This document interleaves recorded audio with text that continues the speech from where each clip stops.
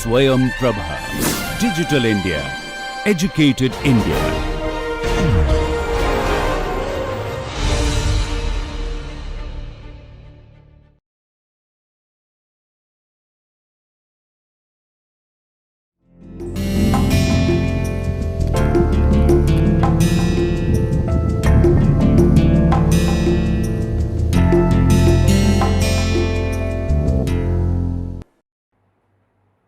Hello students, I welcome all of you back to the lecture series on women's writing. This is the third lecture and we are going to talk on language and women's literature. So why am I using a different phrase, women's literature?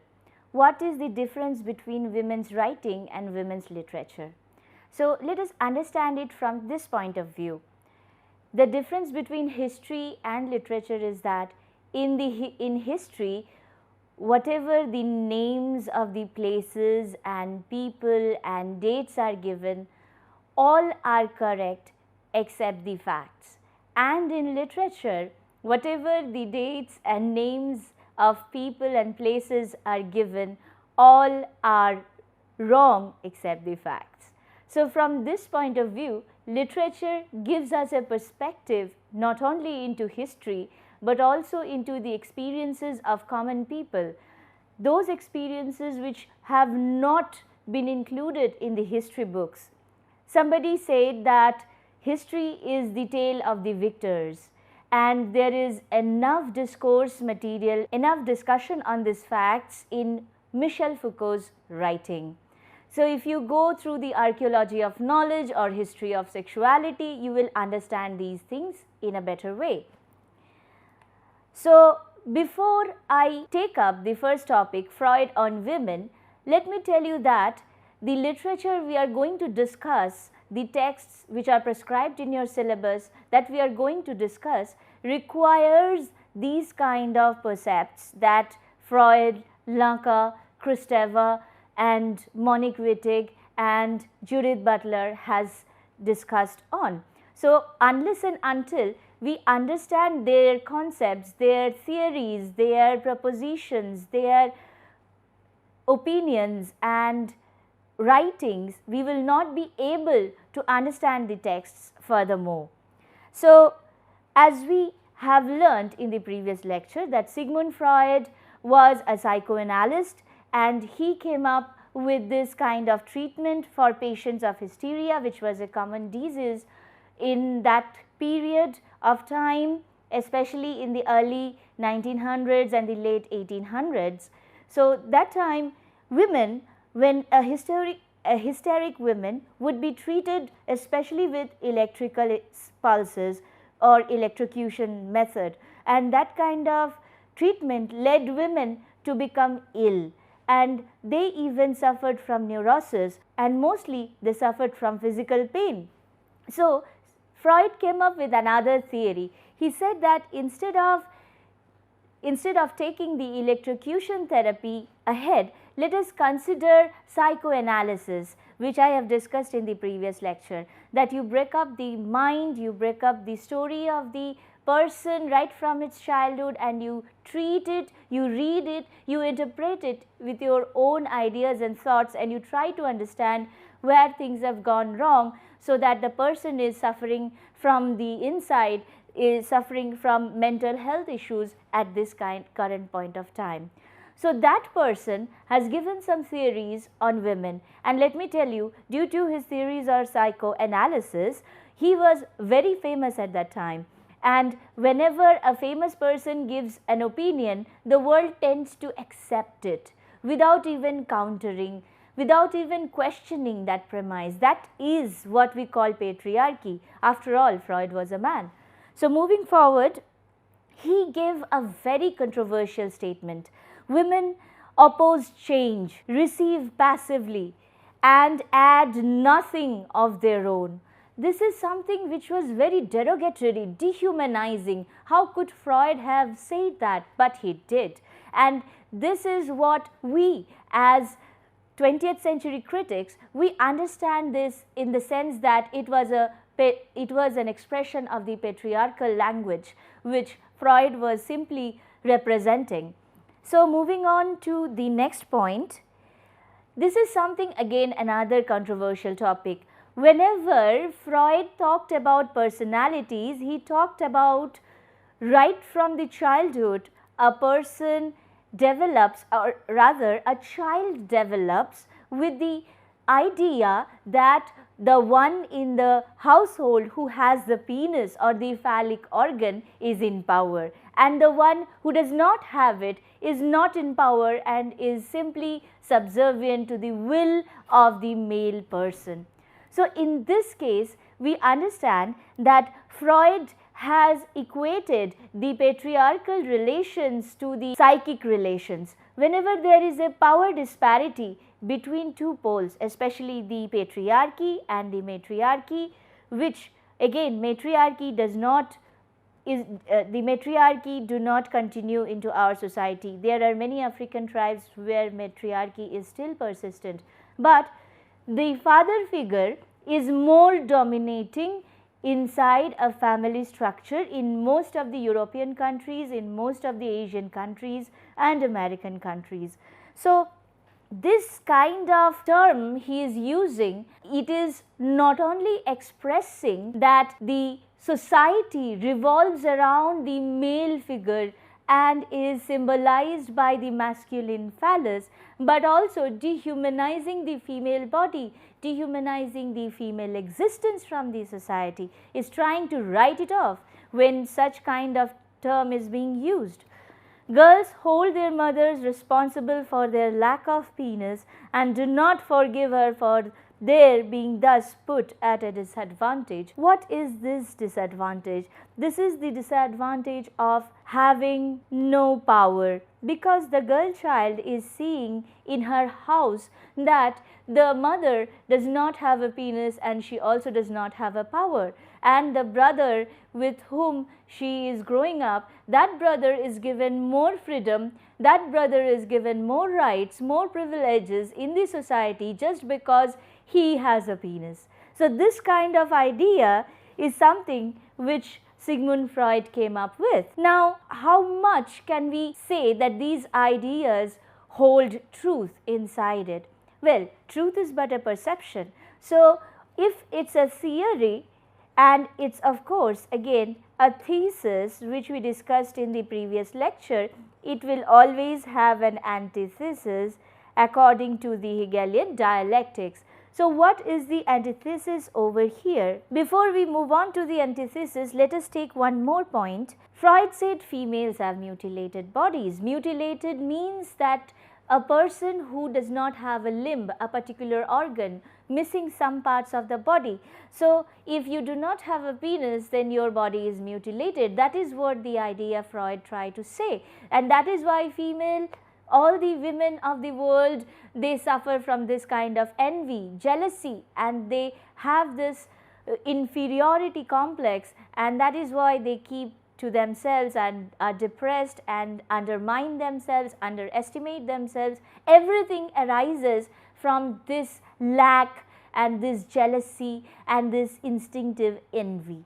So, what is the reaction? Let us now consider the reaction. Women writers and philosophers criticize this statement. Now, I will be naming such writers and philosophers in the upcoming sections of this lecture. So, all around the world, women who wrote anything rose up against these kind of statements. They started analyzing these statements as patriarchal and which try to perpetuate patriarchy, establish patriarchy, reinforce patriarchy throughout the world. So, Freud himself had castration anxiety and he projected it on women. So, whenever this term is used, castration anxiety, well, we have a critic who talks about castration anxiety. So, you can go and have a look at this, and we also have Kaplan. So, these two are critics who talk about this castration anxiety, and Freud himself and the critics, the women writers and philosophers who rose up against this kind of statements, considered that Freud himself was suffering from that kind of anxiety, and he was projecting onto the women what he was feeling. But let me tell you that the idea of projection is actually something which Freud himself has given to the world. Projection means when I am feeling sad, I look at the world and I find it sad. I look at my friends, I find them sad. When I am happy, I look at people and I think they are happy. And when I am convoluted inside, when I feel miserable inside, I look at people's faces and I look that they are feeling miserable. When I am doing the wrong, I am pointing fingers at people that you are the ones who are wrong. So this is called projection. When a person mirrors or sees the same kind of emotion inside the other person's mind, which is reflected by maybe their facial expressions or gestures, whatever. So that kind of idea, when the brain develops, that is called projection. So the women writers said that since Freud was himself having the anxiety of castration, castration means cutting off of the male organ, and in that case women are already castrated. So if castration becomes an anxiety, that is, in the child always feels anxious that he will be punished with castration. That is what Freud talks about, and this kind of idea, on this kind of idea he builds the entire psychoanalytical realm. And whenever there are women writers who are mentioning this kind of ideas, they are associating it with Freud's own castration anxieties, Freud's own distorted relationship with his female relatives, and etc. So all of the writers and philosophers, they took up positions in various ways and rose against and spoke against these kind of issues. So moving on to our next slide, Jacques Lacan and the symbolic order. So before we understand what is the symbolic order, let me tell you about Jacques Lacan. He is also a well-known psychoanalyst, and Freud was succeeded by Lacan in the field of psychoanalysis. He gives us the concept of the mirror stage. In the mirror stage, like I mentioned in the previous lecture, that a small child grows up and it thinks itself to be the part of the mother's body. But the first time the child comes and looks at a camera or looks at the photographs or looks at the mirror, it sees that its body is different from that of the mother's body.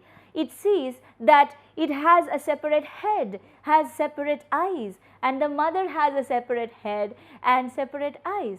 So when the child looks at a mirror, the child accepts its individuality, rather it accepts its separation from the body of the mother, and that is when the child discovers the I and the other.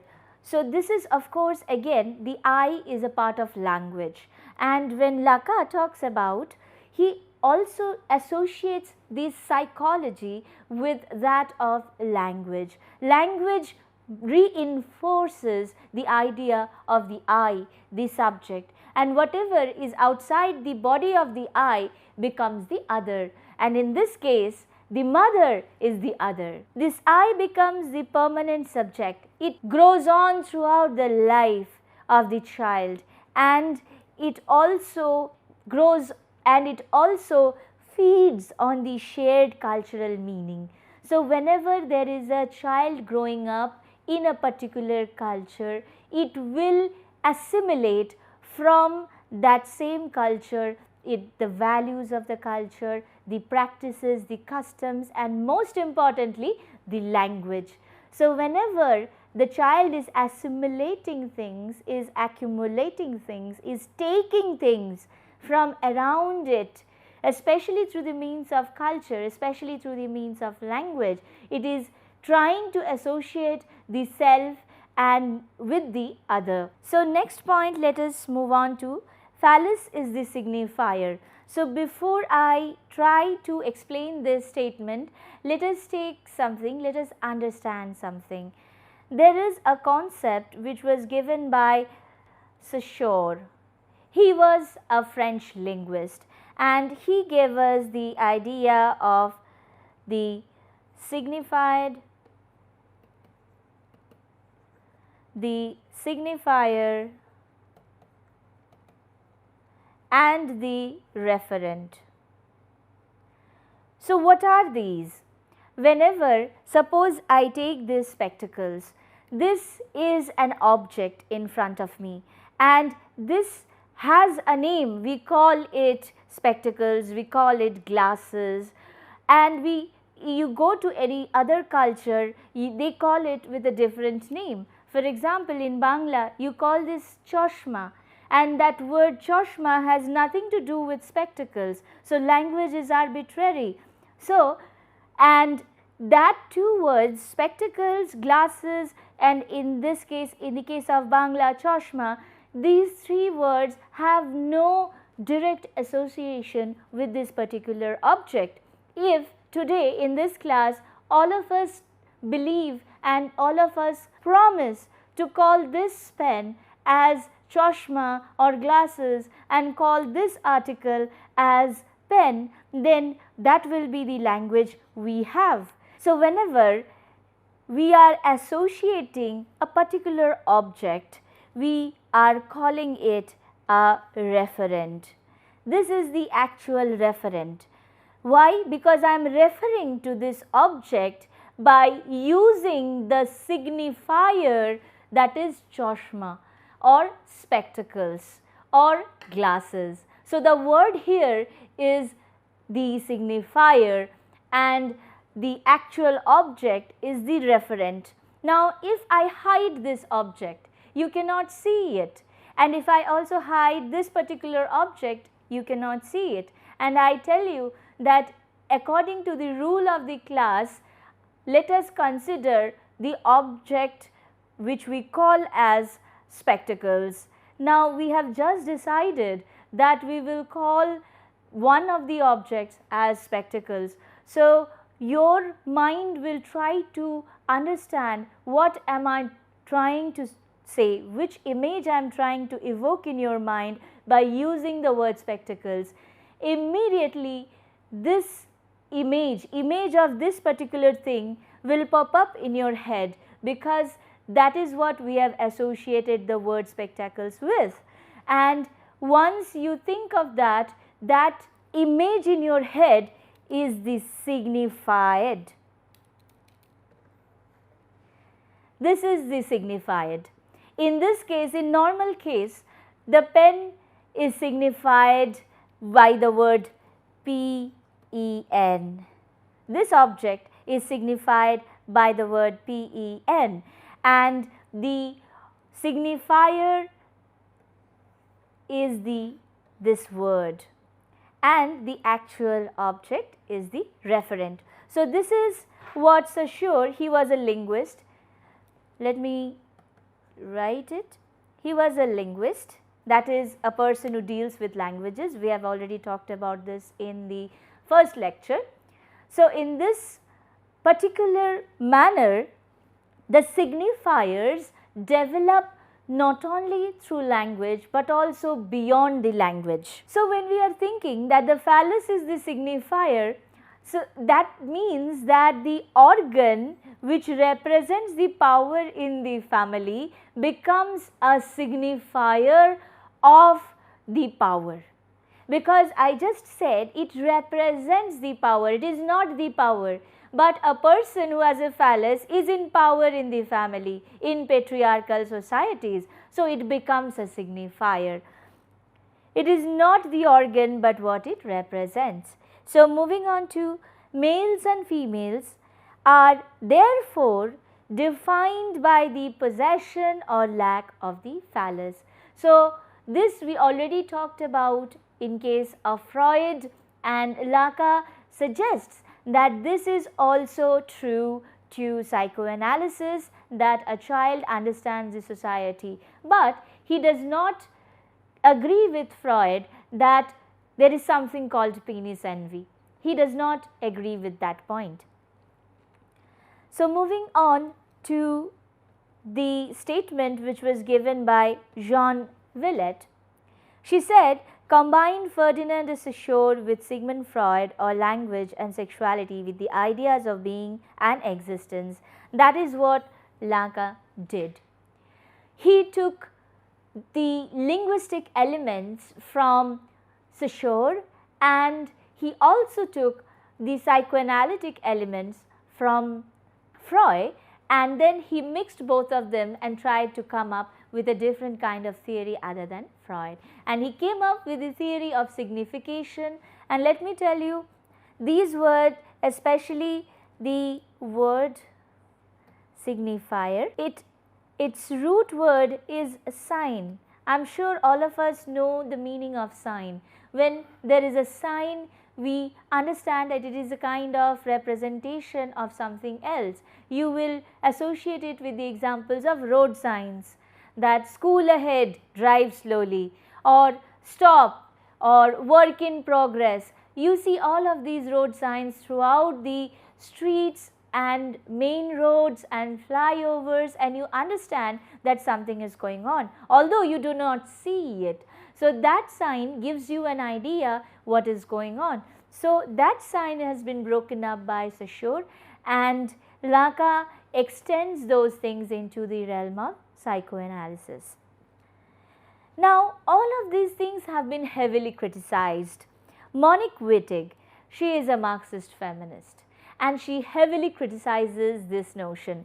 She says that sex or gender differentiation must be destroyed. Why? That women could assume the status of universal being just because there is a symbolic order. This symbolic order is the language we are using in our day-to-day life, and the language is the symbol of how we are thinking, because again I will reiterate points from the second lecture that we use verbal abuses mostly which are related to female body. So, this language shows that how we think of women's body. I will also reiterate the points of the words such as witch, vixen, bitch, mistress, madame. These words all have negative connotations, but they used to be very neutral words at a particular point of time. But the language changes and it carries with itself the weight of patriarchy, and therefore Monique Wittig calls for the destruction of that kind of idea. We must try to come forward and leave all those assumptions about women and women being the second class citizen in this planet, and move forward to a future where we will have equal rights as universal beings, as equal human beings on the same plane as the males. Let us take up another critic now, Luce Irigaray. She talks about perpetuating phallocentric mastery in philosophical and psychoanalytic discourse. She brings a very grave accusation against Lacan. She says that Freud has done the harm, but Lacan is doing it more. Why? Because he is again bringing the male domination, the male dominance into the language we are using in day-to-day life. He is talking about phallocentrism, and he is also discussing and extending the notion that a child grows up to see that the household power is vested in the hands of the male members. So, whenever a person like Lacan, who is actually very influential, he was very influential, very much like Freud in his time, talks about these things, they go into the discussion of the common public, and common public accepts those without questioning. So, Luce Irigaray also accuses Lacan of the same thing. Moving on to the next, topic Julia Kristeva. Now after Lanka, we take up another critic, and this time we have a woman critic, and she further enhances the theories of Lanka. Let's see what she says. She is a Bulgarian French philosopher, and she mostly took recourse to Lacanian psychoanalytical theories to talk about her theories. She extended on them. One of the notable work of Julia Kristeva is Black Sun, and I think if you can read it or discuss it with your friends and your peers, it would be much insightful considering this course. Now, one of the most important ideas that Julia Kristeva talks about is extended abjection. Now, abjection is something which is a very interesting topic. Lanka talks about the realization of the child that the child is a different person and the mother is a different person, and that is what happens in the mirror stage. But he does not talk about abjection, how the child takes that separation, what kind of emotions arises in the child when the child feels that it is being separated from the body that has been nourishing it throughout this entirety. The pre-mirror stage, this is what Julia Kristeva famously proposes. She says that the semiotic level, that is the level of the language, a realm associated with the musical, the poetic, the rhythmic, and that which lacks structure and meaning. So this is something which she talks about in her book, The Pre-Mirror Stage. Lanka talked about the mirror stage, but Kristeva goes a step backward. She says there is a stage in the psychology of a child which is pre-mirror stage, and at that time the child psychology develops with a realm associated with the musical, the poetic, the rhythmic, and which lacks structure and meaning. Now, if you discuss it further, this is the realm of the mother, because in the mirror stage the child has already separated from the mother and the child has already come up with the feelings of abjection, but now it understands what it has lost. What are the things that were being associated with mother? Because when the child understands that the mother is in fact an other, that is not an I, then it clearly understands that this I is something different and well structured within the form of language, because this is the time when the child is developing the language. So, the language is a kind of form, it has rules, it has laws, it has structures, and these things further help the child to develop psychologically. Moving on to the next slide, this is again another topic which Julia Kristeva discusses in her critical works, Melancholia. She talks about the female child. What kind of anxiety does the female child has?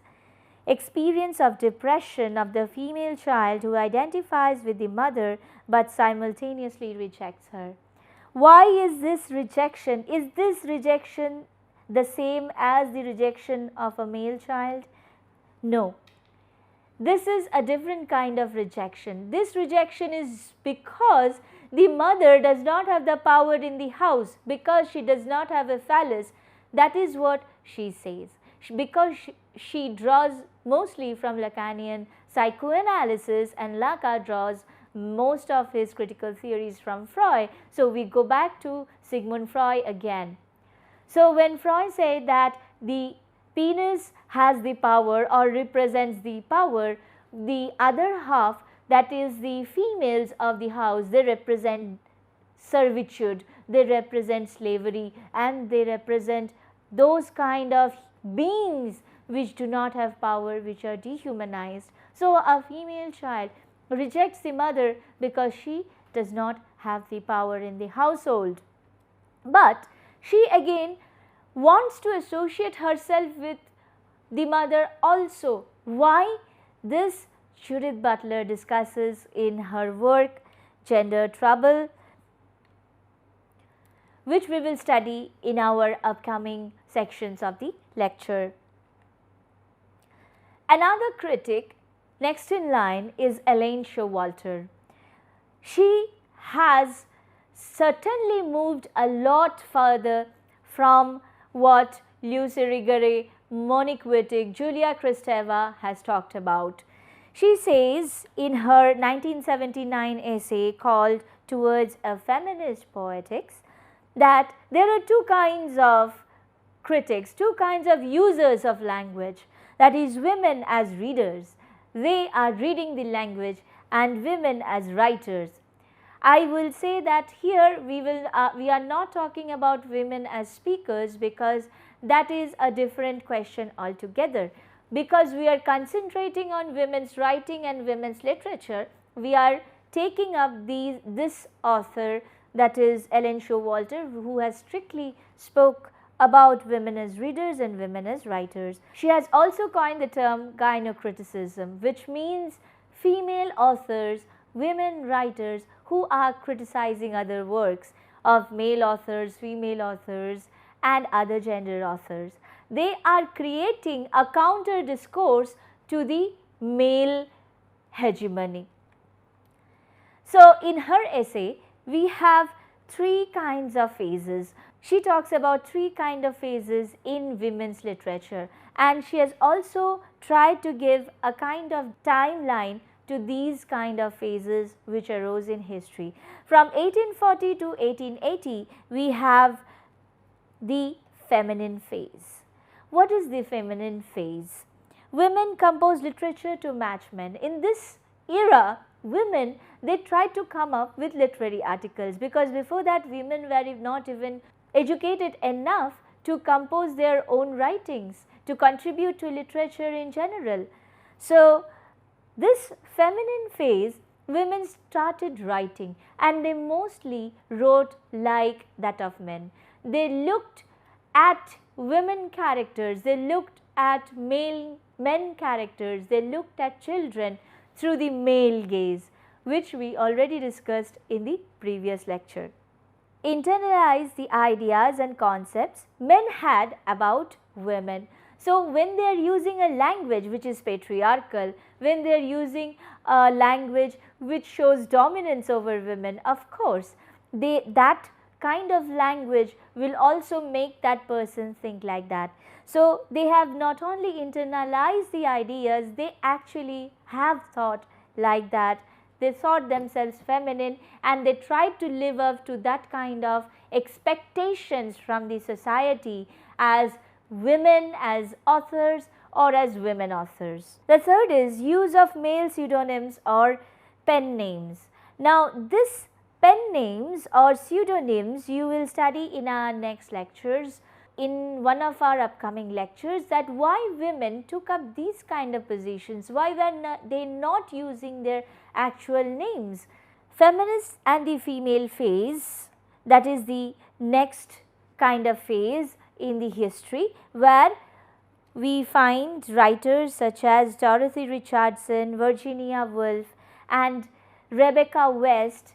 These writers are trying to come up with a kind of idea that there is a different kind of language which one must use in order to share the women's experiences, and we cannot use the men's language, we cannot use the male's perspective to express what a woman feels. They also distinguish between the male and female sentences. They say that the masculine kind of sentences are like journalism.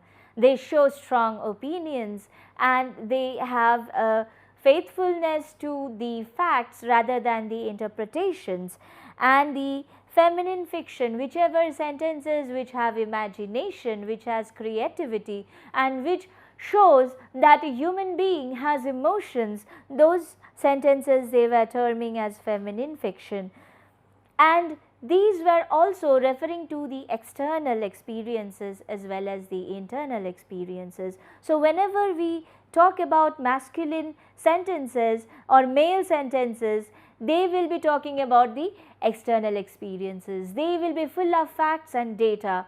But whenever we are talking about female sentences, they will be talking about the feminine, imaginary, the fiction, the creativity, all those things will come into the consideration.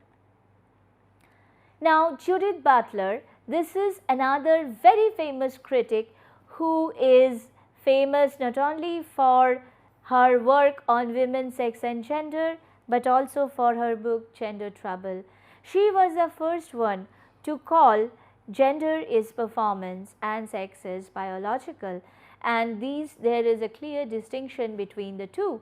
So, when you take up a form nowadays, there is either written gender or written sex, and you have to tick whether you are female, you are male or you are transgender. If you are not ticking any of these boxes, that is a problem. So, this kind of hierarchy, this kind of differentiation, this kind of understanding of the society, Judith Butler has tackled or rather questioned in her book Gender Trouble, published in 1990. She gives an idea that defining women is a mistake, and this mistake has been done by feminism. We have talked about feminism in the first lecture and also in the second lecture, and here we are again reiterating, we are taking up that thread and discussing. Judith Butler has clearly claimed that whenever a person is trying to define woman with a certain set of concepts in her mind, whenever that person is trying to conclude something about the woman, that the woman should look like this, the woman must have long hair, the woman must not have facial hair, the woman must have a particular dress code, the women must act in a certain way. So, whenever they are trying to prescribe instead of describing, so we understand that there is a problem. So, if a society is equal, is gender neutral, it will describe and it will certainly not prescribe. But feminism again started to advocate for the uniqueness of women. They said that women were better, that women had the ability to create life and other factors. Women were better, women had the reproductive quality, and they had separate sets of values, they were rich in morality. Whenever those kind of issues came up, women were given a separate stage. Whenever they were given a kind of space like that, they were considered either better or different from men. Whenever this kind of distinction takes place, there always the risk of confinement. So, next, this is what again I have already discussed, that sex and gender are different. That is something Judith Butler has claimed in her work Gender Trouble. So, if you have further questions regarding gender and performance, I would suggest that you go and read this book. It is an exceptionally detailed and researched book, and you might find it very insightful. Gender is performance, sex is biological. That is what the difference Judith Butler talks about in her book. That whenever we are performing something, whenever I am being extra obliging, I am smiling and I am cooking and I am cleaning, I am taking care of the child, all of these are feminine qualities. So, should I be considered a female or no? If a child cries, we find many of its parents and guardians coming and telling it that if it is a boy child, that why are you crying? You shouldn't cry like a girl. This kind of association of ideas, right from the childhood, this kind of association of ideas makes us who we are. We start understanding that girls only cry, boys do not cry. This kind of prescription when the society is giving you, that is creating a realm of performance. In this realm of performance, only girls are allowed to cry. If a boy who is crying is to be punished or humiliated, it will be called a girl. That, are you a girl? Why are you crying otherwise? So this becomes a kind of humiliation, and this humiliation is the process of rectification, which mostly guardians do. So we understand by this that gender is a kind of performance. I'll give you another small example. Whenever a girl child runs very fast or drives a bike or takes a car out, we call them that girl child is equal to my boy child. If the girl grows up, goes out and earns money, then we consider that fine, that girl is living up to the standards of the boy. So the idea of a boy child or a man or a masculine figure has all these qualities, and if a girl, a lady, a woman does that, a feminine figure does that, then we will have to consider it as equal as that of the masculine figure. So this clearly distinguishes that, it makes it clear that the women of the society are at a lower level than the men. Now sex is biological. This is the place where we consider the child during the birth. After taking birth, the doctors take a look at the child and they assign a sex, whether the child is male or female. That particular assigned sex by the doctor, of course, is not or may not be the gender of the child, and that is why we have what we call as transgenders, where the boy or the person who has a sex assigned at birth as male, that person can have the gender of a female, and all of it depends upon the desire, what kind of orientation that particular person has. So this is very natural, and treating it as unnatural, treating it as bad, as taboo, has made the establishment of the gender norms in the society problematic.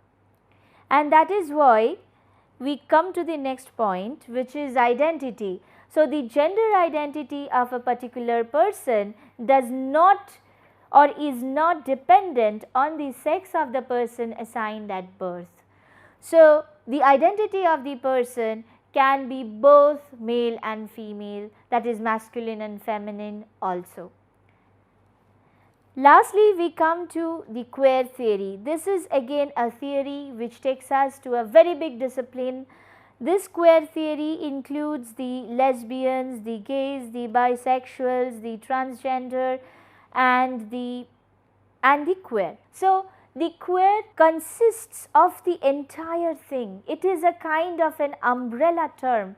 It engulfs or it encloses into its territory all the identities which are non-conformist. They do not conform to the sex assigned at birth. So the gender, the concept of gender is quite different from that of the text. The concept of gender is quite different from that of the sex, and again I would like to reinforce this point that it is a matter of performance. If I am performing like a boy today, I come here clipping my hair, cutting it short and going out and making all the actions, doing all the actions that a male, that the society expects from a male, I will be equated with the masculine gender. Now let us read some texts and try to understand how all of these concepts take shape in the form of interpretation of women's writing and literature.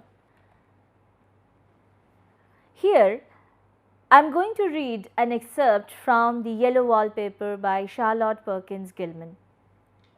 I kept on creeping just the same, but I looked at him over my shoulder. "I've got out last," said I, "in spite of you and Jane, and I've pulled off most of the paper, so you can't put me back." Now let me give you the context. Here this particular person, Jane, is the speaker. She is actually speaking this sentence over here. Now, Jane and her husband have come to a desolate house where the husband, who is a physician, is expecting that Jane will take in the fresh air and will become better, because Jane is suffering from neurosis, from depression, from anxiety. And Jane, on the other hand, is writing the story, and she thinks that her husband loves her very much, and that is why she also believes in whatever he says. He says that Jane has absolutely no problem and she will be healthy in no time, and therefore must keep away from working, from writing, and rest all the time locked up in a room covered in yellow wallpaper. Now, Jane is trapped in a particular room and she is writing, and she looks at the wallpaper and she sees something other than herself. She writes that she can see that a woman is trapped behind the wallpaper and she is trying to come out. Now, this person who is writing the story is Jane, and she is seeing somebody inside the wallpaper and she is trying to bring her out. Therefore, she is tearing away all the wallpapers in her room, in her locked room.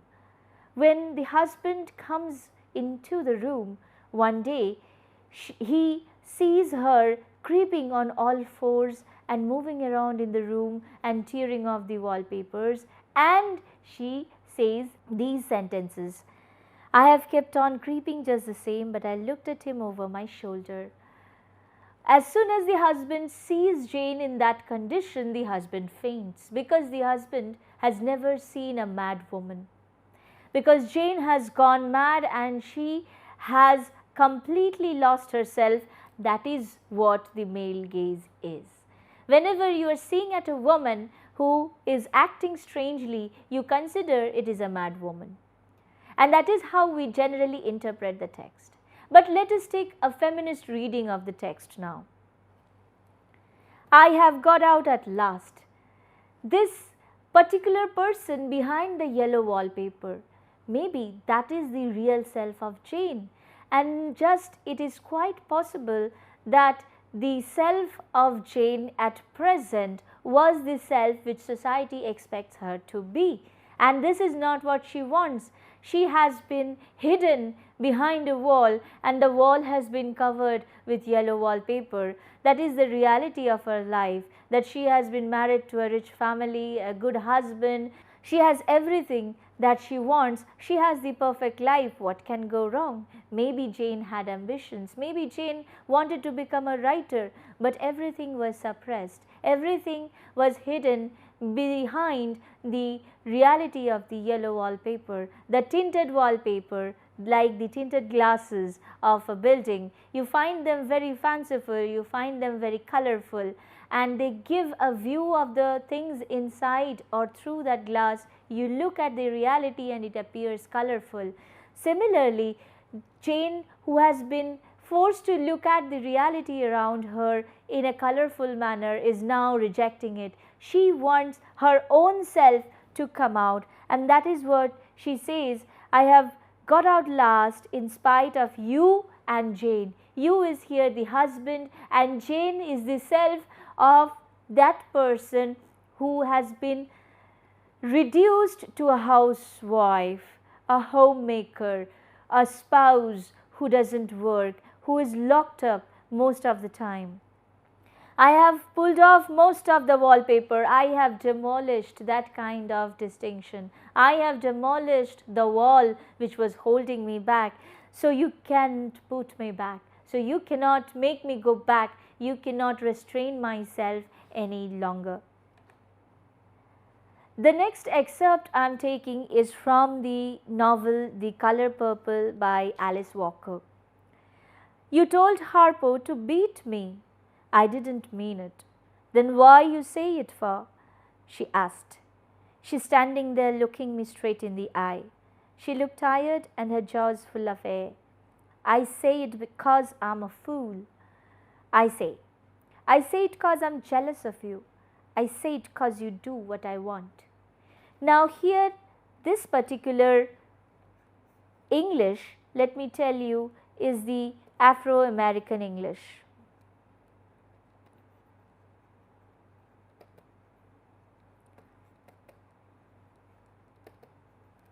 Because you can see that these sentences do not have the grammatical structures of British English or American English, and some of the words are also distorted.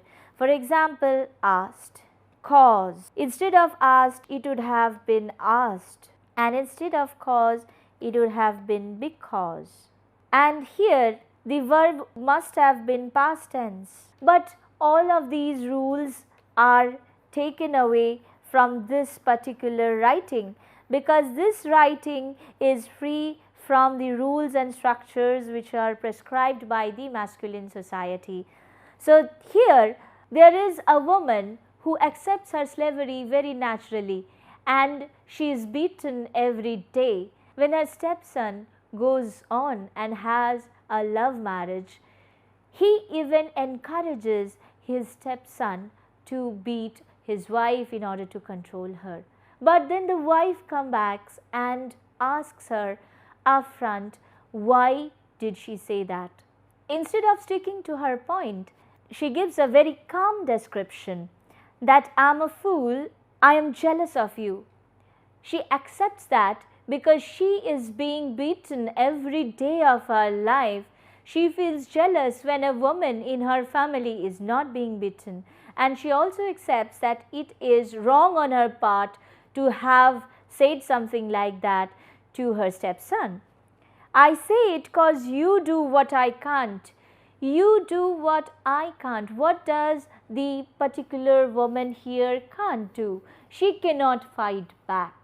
She cannot say no to the beating. She cannot say no to the husband when he tries to sexually harass her. She cannot say no to the neighbor who ravages her. She cannot say no to her father who sexually molests her every day after her mother falls sick. So all of these things accumulate into the statement which she gives to her stepson. And here we must understand that this is the power of women's writing. When one writes about these issues, the women who are reading it, the women who are the readers, realize it that they have been doing wrong.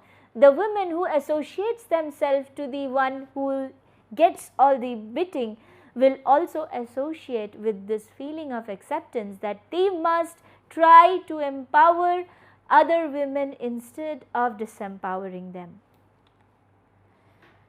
This is an excerpt from Mahashweta Devi's Draupadi. Draupadi's black body comes even closer. Draupadi shakes with an indomitable laughter that Senanayak simply cannot understand. Her ravaged lips bleed as she begins laughing. Draupadi wipes the blood on her palm and says in a voice that is as terrifying, sky-splitting and sharp as her ululation, "What's the use of clothes? You can strip me, but how can you clothe me again? Are you a man?" She looks around and chooses the front of Senanayak's white bush shirt to spit a bloody gob at and says, "There isn't a man here that I should be ashamed. I will not let you put my cloth on me. What more can you do? Come on, counter me. Counter me. Come on." Draupadi pushes Senanayak with her two mangled breasts, and for the first time Senanayak is afraid to stand before an unarmed target. Here I would like you to focus on certain words. Body comes even closer, shakes with indomitable laughter, begins laughing, voice as terrifying, sky-splitting, sharp as her ululation. How can you clothe me again? When all of these sentences come together, instead of the image of a wounded woman being victimized, we get an image of a person who is stronger than the torture that has been inflicted on her. Draupadi here is a rebel Santhal tribal woman who has murdered the zamindar of the land because the zamindar denied water to the tribal people of the village during the time of drought. The government was supporting the zamindars. They sent police force, cordoned off the entire village and machine gunned everybody, killed every one of them. Only Draupadi and her husband Dulna stayed back. They kept themselves alive, and Draupadi later came back for avenging the murder of Dulna, her husband.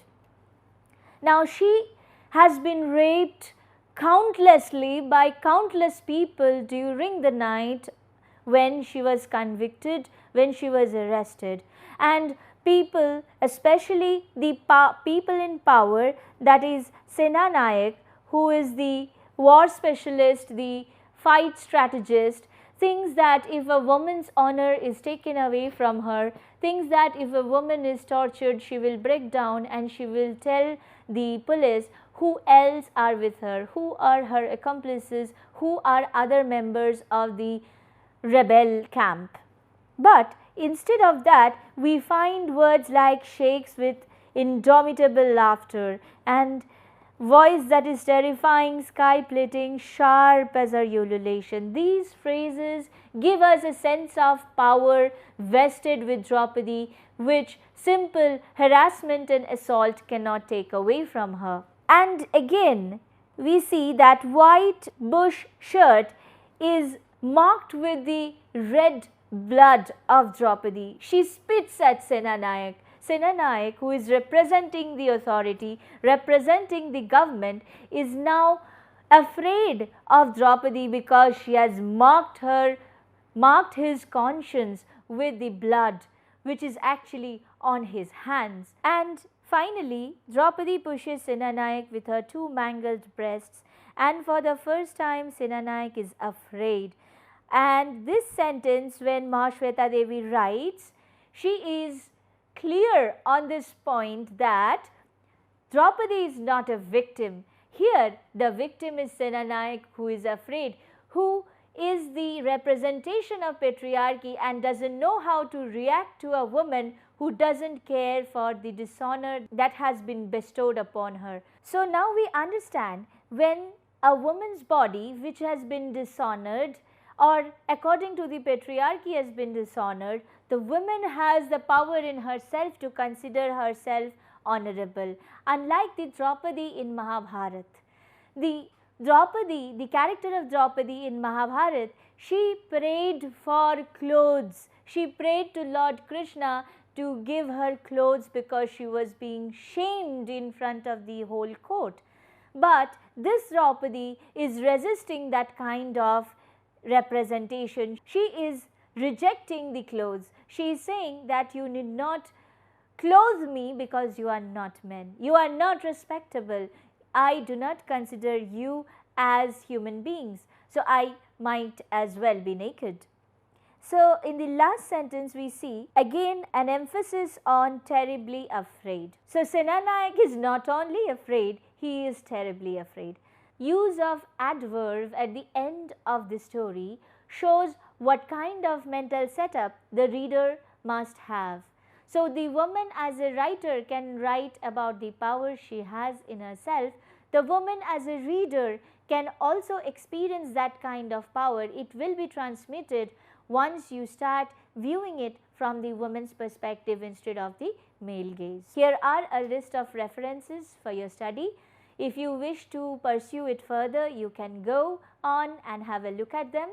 And all the best, and thank you. We will see you in the next lecture.